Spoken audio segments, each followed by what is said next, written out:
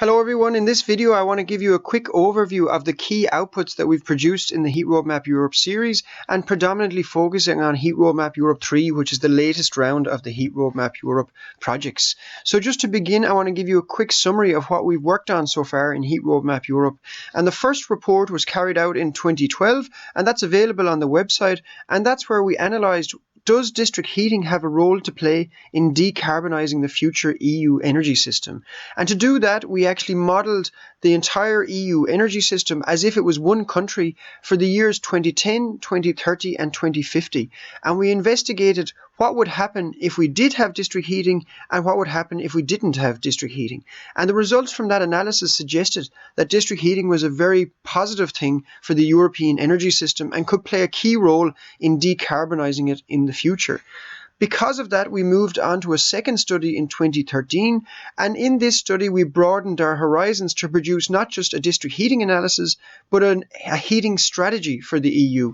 And the heating strategy included both the urban areas, which was where district heating was relevant, but also the rural areas outside the cities where individual heating units like boilers or heat pumps are more appropriate.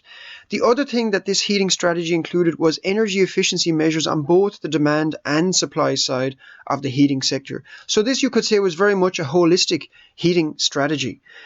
Thirdly, then, the latest Heat Roadmap Europe series, Heat Roadmap Europe 3, which was part of the Stratego project, is where we expanded our scope a bit further because we not only carried out a heating strategy, but a heating and cooling strategy. And we also reduced the granularity of our analysis. Rather than model the European Union as if it was one system, we started to go down a bit into more details and look at individual member states. So the Heat Roadmap Europe 3 series focused on 5 European countries, which were the Czech Republic, Croatia, Italy, Romania and the United Kingdom. And I suppose this is the main purpose of the video, is to explain the type of outputs that came from this Heat Roadmap Europe 3 project, because there's such a wide variety of tools that I believe could be useful for your work that you might carry out. And the first thing, of course, is the main report, which is the overall summary of the results and how they were combined together. But this was supplemented by 5 country reports, which were individual heating and cooling strategies for each of those countries. And overall, all of the analysis carried out to create these heating and cooling strategies was built on support data that was put together by a variety of different experts involved in the project. And in total, they created 9 background reports that had that supporting data and explained how that supporting data was created. And in this presentation, I'm going to get into a bit more details about what is actually included in those.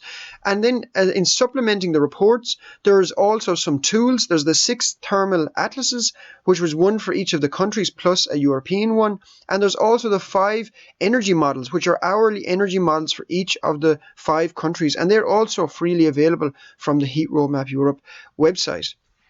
So before I get into the details of exactly what this information is, I want to explain a bit broader what our purpose in Heat Roadmap Europe is. And our main objective in Heat Roadmap Europe is to produce new data, tools, methods and results which give us the evidence we need in order to identify how Europe should decarbonize its heating and cooling sector in the future.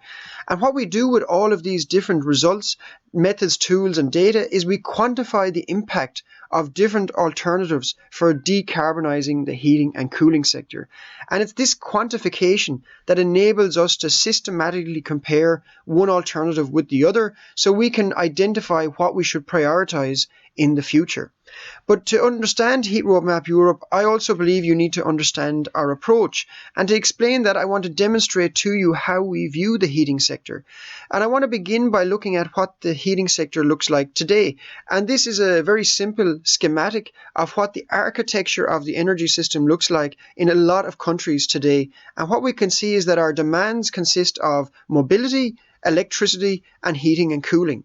And each of these demands is very heavily linked to a fossil fuel, via some conversion technology. So let's say for transport, it's a combustion engine that's linked to oil. For electricity, it's a power station that's linked to coal and gas usually. And for heating, it's a boiler going back to either gas or oil also. So this kind of shows you how not only are all of these demands very linked to fossil fuels, but also each of these sectors is very isolated from one another. So in today's energy system, the heating sector is actually relatively straightforward in most countries, not in all cases, but in a lot of countries, the heating sector is almost like a sector of its own that doesn't have to worry too much about the other sectors in the energy system. The key change here is that in the future, this is not going to be the case. In the future, we're going to change these fuels for new sources of renewable energy, primarily in the form of wind and solar power. And in order to balance this wind and solar power, we need to start connecting the different sectors to one another in a much more systematic way. And this is a concept that we've been developing at Aalborg University for many years now, called the Smart Energy Systems approach. And this is where we start to connect the different sectors with one another to create better flexibility and also to improve the efficiency of our energy system. And this concept is something that we've produced a lot of different reports about, which you can find on our website. But the key point I want to make with this cross-sectoral approach is that it means the new heat sector is not just going to be something isolated on its own, but it's going to be very much a part of the rest of the energy system. In other words, what we do in heating and cooling will have a very big impact on what happens in the electricity and transport sectors also. And in the Heat Roadmap Europe series, we analyze the heating sector using this energy systems approach. We don't look at the heating and cooling sectors as an isolated part of the energy system. We look at how it affects the entire energy system in the future. So even though we're producing heating and cooling strategies, we're considering them from a broader energy system perspective by modeling what is actually happening to the other sectors when we change the heating and cooling sectors. And this Smart Energy Systems approach, as I mentioned, you can read more about it on smartenergysystem.eu. There's also a lot of information on the energy model that we've created to model all of these interactions, which is the energyplan.eu website. And as I mentioned earlier, from the Stratego Work Package 2 or Heat Roadmap Europe 3, we developed a national hourly model for each of the 5 countries included in the study, which you can download for free from the Heat Roadmap or Energy Plan websites. As you can imagine, there's a lot of different information that needs to be pulled together to make a heat and cooling strategy that considers all of these different issues. And because of all the different, let's say, information that needs to be put together, each of the Heat Roadmap Europe projects requires a lot of different expertise. So this is kind of an overview of how the Heat Roadmap Europe 3 expertise was structured. In the center, you can see that the modeling alternatives took place, which is where we took all of the inputs from the different experts and put them together to create the final heating and cooling strategies. But we are very dependent on a lot of other experts that know a lot of details about individual parts of the heating and cooling sector. For example, we have experts on the heating and cooling demands themselves, the renewable energy resources, the mapping of the demands and the mapping of these resources, as well as people looking at specific issues related to the energy efficiency technologies and costs that are feasible within each of these countries.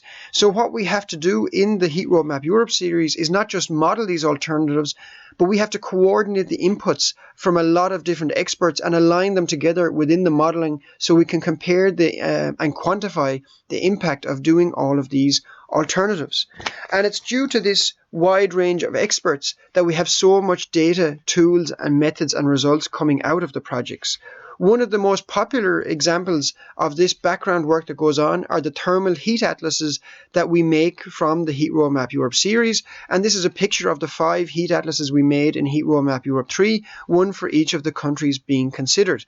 But there's a lot of other data being created in the background to support these heating and cooling strategies, which are summarized in the 9 background reports I mentioned earlier from the Heat Roadmap Europe 3 project. And just going through them very briefly, the first background background report is all about how we construct the models that we use for the energy systems analysis. So the type of data we use, the assumptions we make, the sources we get to construct these complete energy system models for both the year 2010 and 2050, which were the years we considered in the Heat Roadmap Europe 3 project. The second background report is very much supporting these models again, but instead of looking at the annual data and capacities and so on, it looks at the hourly variations that are occurring in both the demand and supplies within each of the countries. So hourly variations for things like the electricity demand, the heat demands, and things like the supply, which would be the wind production, the solar production, and so on, so that we can use these hourly profiles as inputs to the models that we create within the energy systems analysis. The third study then is about the heat savings, and that's where we have quantified the cost and the potential for implementing heat savings in each of the countries. Reports 4 and 5 were looking at the heating and cooling demands, where number 4 quantified how big they were and number 5 mapped the location of these demands. Number 6 used the outputs from number 5 and started to quantify the potential for district heating and cooling within the different member states that were considered, while number 7 quantified the excess heat which could be used to supply these district heating systems if they were developed in the future. Then reports number 8 and 9 dealt with renewable energy, where number 8 quantified the renewable energy available and number 9 mapped the location of the renewable energy. So you can see all the different expertise that are being considered behind the final heating and cooling strategies that are produced. So the experts within each of these background reports then pass on their data to us in the energy modeling activities, where we try and piece all the parts together and identify what is the most cost-effective way to put all these different opportunities together to produce a final overall strategy for the heating and cooling sectors. Because of all of these inputs, there's a lot of outputs, as I mentioned, and this is a very brief summary again just to remind you of what is available. So there's the main report from Stratego Work Package 2, which is the Heat Roadmap Europe 3 report, which is a summary of all our findings and our overall methodology. But supporting that main report, there's then 5 individual country reports, one for each of the member states considered in the Heat Roadmap Europe 3 series. And then, as I mentioned, there's the 9 background reports, which document all the supporting data, methods, and tools which feed in to these heating and cooling strategies which we developed. And underneath this video in the description, you'll be able to find links to where you can download each of these different reports. But as I've mentioned in the video, it's not just reports that we produce, it's also the heat atlases, and of course there's the 5 individual heat atlases for each country, which are illustrated here. And the picture in front of the heat atlases you see is an image of the individual heating and cooling strategies that were created for each country. So if you're looking for information about one of these specific countries, then these 2 outputs are probably the most relevant for you. The heat atlas for that country and the final national heating and cooling strategy for that country, which is only a short report of around 10 pages or so compared to the other reports in the project. But as well as the 5 national heat atlases, we also have a European heat atlas from the Heat Roadmap Europe 3 project. Because this covers the entire EU, it's not as detailed as the individual heat atlases for each of the countries, but it has some useful information which is mostly qualitative rather than quantitative, or at least you can't extract the data from it right now because it's not done to the same level of detail as the national heat atlases, but it still can provide some useful information, especially for the countries that were not included in Heat Roadmap Europe 3. And this is the version 3 of the Peta tool, which is building on Peta 1 and Peta 2 from the Heat Roadmap Europe 1 and 2 studies. In Heat Roadmap Europe 4, which we're working on right now, we expect to develop the heat atlas even further and have individual heat atlases for 14 countries rather than just 5. And we'll build on that and over the course of the next 12 months or so. So now I think what could be useful is let's go and visit the Heat Roadmap Europe website and see where you can download each of these different resources and how you can get access to them. To get access to the different resources available from Heat Roadmap Europe, you can go to the website heatroadmapeurope.eu, and when you get there we have a few quick links which are on the home page, which will bring you directly to the resources. And on the left-hand side, we also have a menu called Useful Resources, where you can get a variety of different outputs from the project. So first of all, if you go to Key Publications, this is where you can get access to the high-level reports that came from each study. So you have the Heat Roadmap Europe 3 study, which comes in both an executive summary format as well as the executive summary and the main report. You have the Heat Roadmap Europe 2 studies, which again has the executive summary and full report. And you also have the Heat Roadmap Europe 1 study, which comes in executive summary and main report format. There is also some other links to some, let's say, spin-off publications, such as some journal articles that we produced based on the work in Heat Roadmap Europe 2, as well as journal articles that were produced based on the work in Heat Roadmap Europe 3. So these are very much the high-level reports that were produced from the project. If you want to get more detailed reports, especially the background reports, you have to go to the scientific output section. And here you can get download the background reports either combined in one PDF or separately in a zip file. You can also watch a video here at this section about how to download the individual models, the hourly energy models in the Energy Plan tool.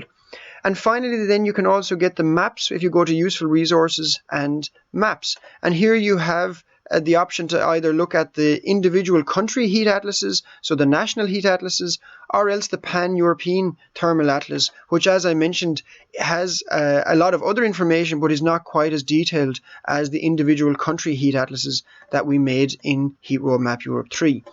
One other thing worth mentioning is that if you're looking for information on a particular country, you can go to Useful Resources and then Resources by Country, and this will open up an interactive map.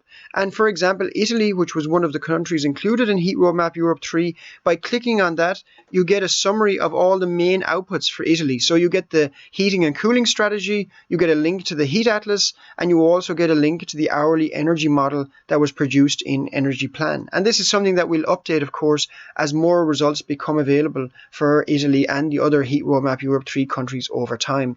Furthermore, in the Heat Roadmap Europe 4 project, where we have 14 new countries, we'll start to populate this map with a lot more information. So please keep an eye out for this as we produce it over the next 6 to 12 months or so, and as the project progresses. So that concludes the video. Thank you very much for listening, and I hope you've got some useful guide to the outputs that we have available in the Heat Roadmap Europe 3 series to date.